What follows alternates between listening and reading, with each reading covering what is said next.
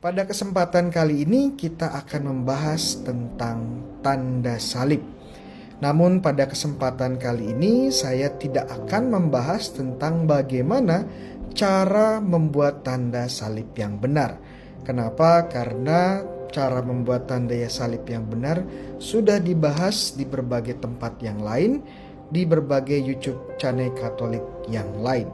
Pada kesempatan ini saya akan mengajak teman-teman menjawab pertanyaan kenapa kita perlu membuat tanda salib dan apakah tanda salib ini ada di kitab suci dan dalam tradisi gereja awal.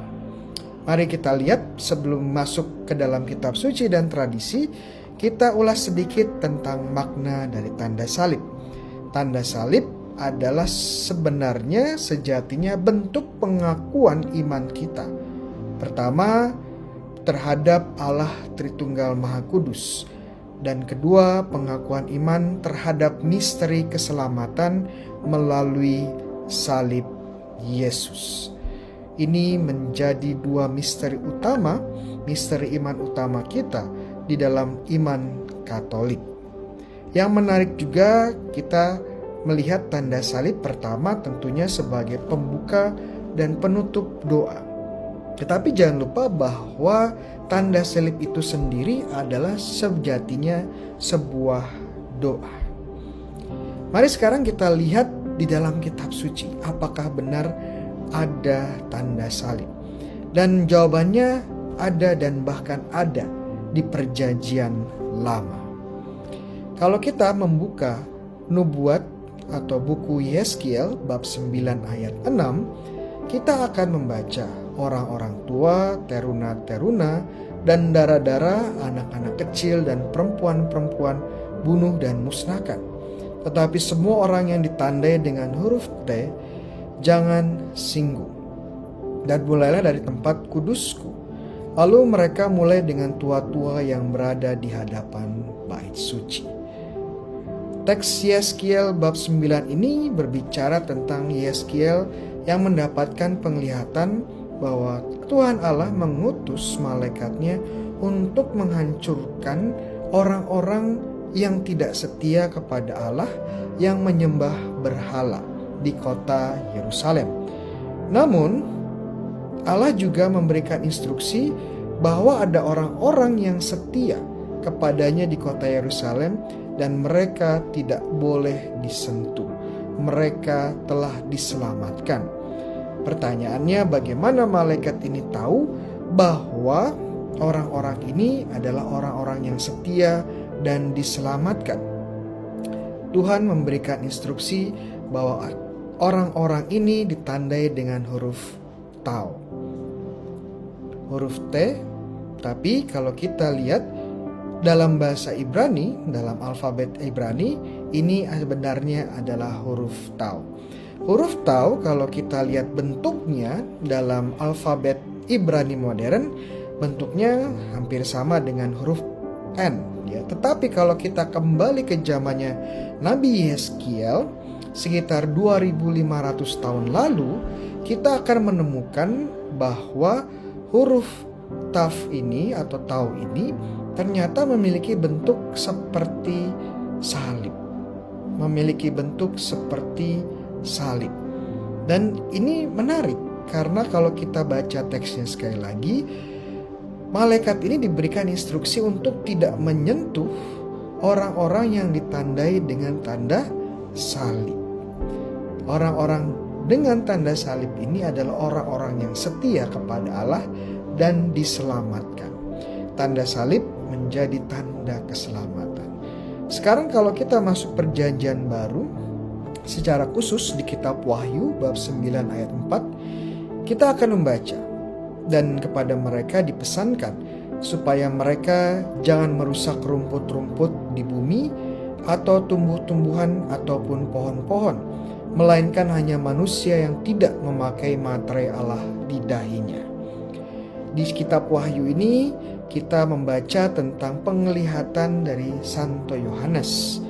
Dan yang menarik adalah penglihatan Santo Yohanes di Wahyu ini hampir sama dengan penglihatan dari Nabi Yeskiel. di mana Tuhan mengutus malaikat-malaikatnya untuk menghancurkan manusia-manusia yang tidak setia. Dan Tuhan memerintahkan bahwa mereka yang telah dimateraikan dengan materai Allah di dahinya itu tidak boleh disentuh. Mereka telah diselamatkan. Kalau kita menggabungkan teks Yeskiel dan teks Wahyu, kita akan melihat sebuah hal yang sangat menarik, bahwa yang diselamatkan adalah dengan tanda salib, dan tanda salib ini atau materai Allah ini berada di dahi orang tersebut. Jadi kita tahu tanda salib di dahi menjadi tanda keselamatan di dalam kitab suci. Dari sini mari kita beranjak ke tradisi awal gereja.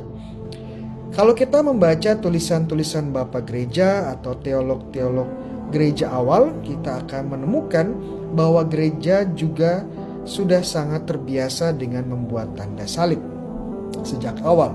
Contohnya kalau kita baca tulisan dari Tertullian dari sekitar tahun 200-an.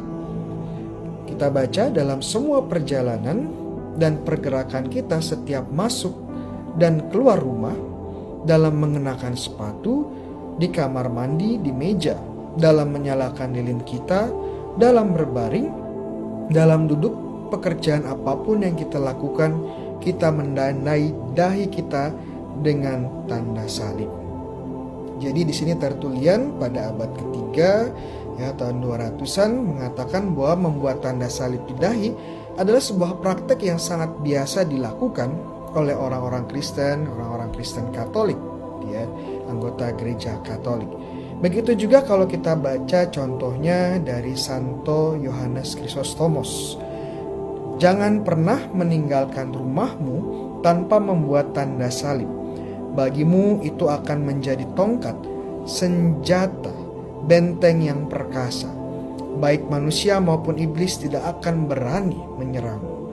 Apakah engkau tidak mengetahui apa yang telah dilakukan salib? Ia telah mengalahkan kematian, menghancurkan dosa, mengosongkan neraka, mencopot setan, dan memulihkan alam semesta. Apakah kamu kemudian meragukan kekuatannya? Di sini Santo Yohanes Chrysostomos menyatakan apa fungsi dari membuat tanda salib.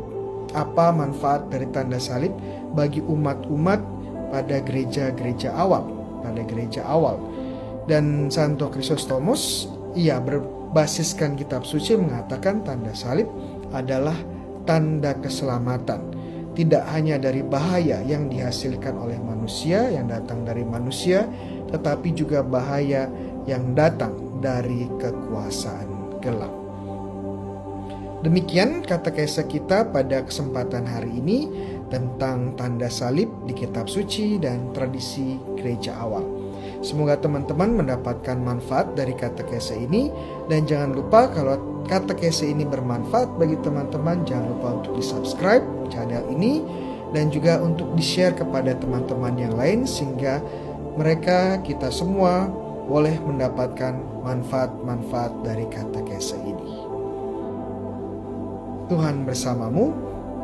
Kita semua diberkati oleh Allah yang Maha Kuasa, Bapa, Putra, dan Roh Kudus. Amin.